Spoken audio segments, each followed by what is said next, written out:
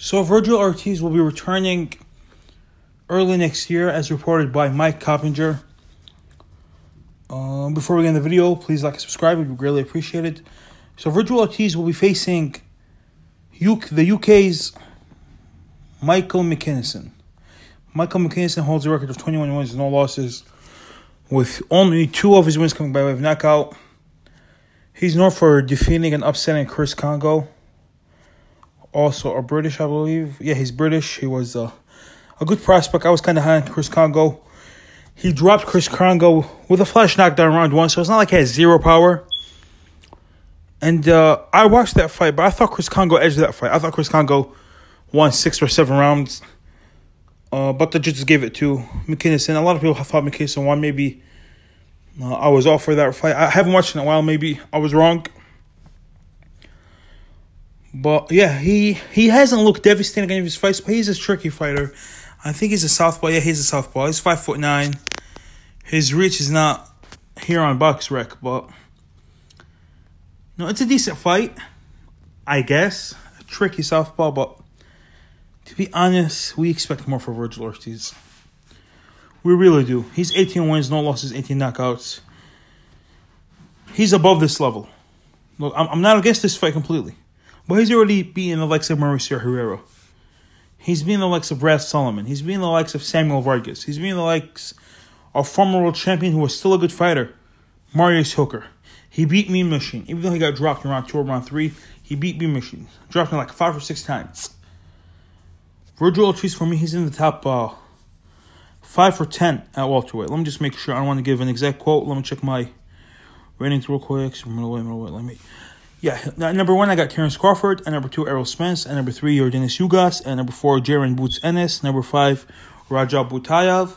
Number 6, Vergil Ortiz. Number 7, Danny Garcia. Number 8, Conor Benn. Number 9, David Evanesian. And number 10, Chris Crowley. So I think he should have took the David Evanesian fight. He was offered the David Evanesian fight for the interim WBC welterweight championship. So if Errol Spence cannot defend against him within 12 months, he will be elevated to WBC champion. And he didn't take it. And I'm telling you guys right now, Errol Spence is not going to fight Vergil Ortiz. Errol Spence has yet, throughout his career, to fight any fighter ever since he picked up his IBF title that's outside of the PBC. So we know he's not going to fight Vergil Ortiz. We know he's not going to fight Terence Crawford. So it should have been Vergil Ortiz going with the WBC route, taking the world title off Errol Spence's hands. And if he does fight Errol Spence, look, I'd favor Vergil Ortiz in that fight. Errol Spence is not the same fighter. I'm really shocked at everyone expecting Errol Spence to walk through Ugas. Look, if this was Spence pre-car accident, it would be a 60-40 fight for Spence. Why do people act like it's a given that he's going to beat Ugas? And I think it would be best for boxing if Ugas would win that fight. I don't see Spence fighting Crawford anytime soon. I think he'll beat Ugas and move up to light middleweight. The IBF would be picked up by Darren Ennis. The WBC would be picked up by Vergil Ortiz. And I think the WO will be picked up by Conor Benn.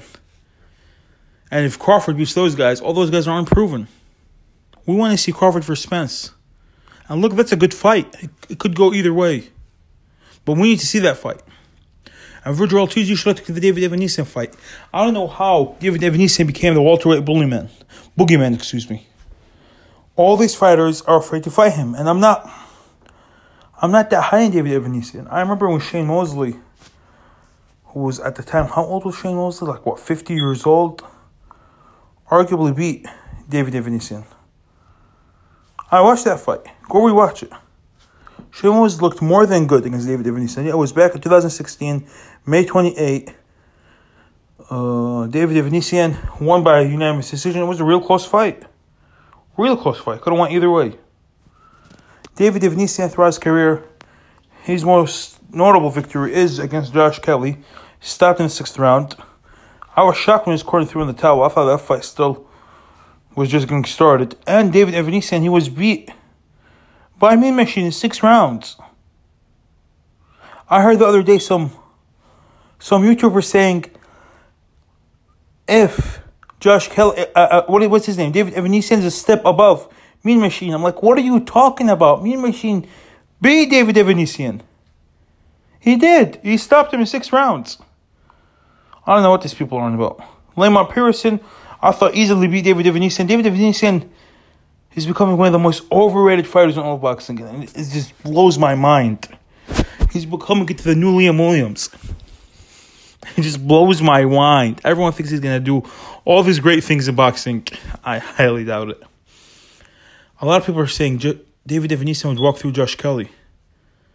I'm like, I mean, not Josh Kelly. He did walk through Josh Kelly. They said he would walk through Conor Benn. Is this the same David Evanesian we're talking about? Honestly, I think Conor Benn stops David Evanesian. I think Vergil Ortiz stops David Evanesian. So why are there teams keep on rejecting the fight with him? I have no idea. But look, we gotta be straight. We gotta be 100. We don't fan any fighter on this channel. Vergil Ortiz is the one that avoided David Evanesian. He says, I'm not interested in that fight. His manager said he might never ever in his life fight David Evanesian. So it's not like David Evanesian is doing anything wrong. No, I know. I'm saying that I'm only saying like what the fans think. I'm attacking the fans that keep on saying David Evanesian is the boogeyman and he can take off all these fighters. That's what I'm talking about. David Evanesian is being avoided right now in boxing. That's a fact. I just don't think he's all that. I think Conor Benn walks through him.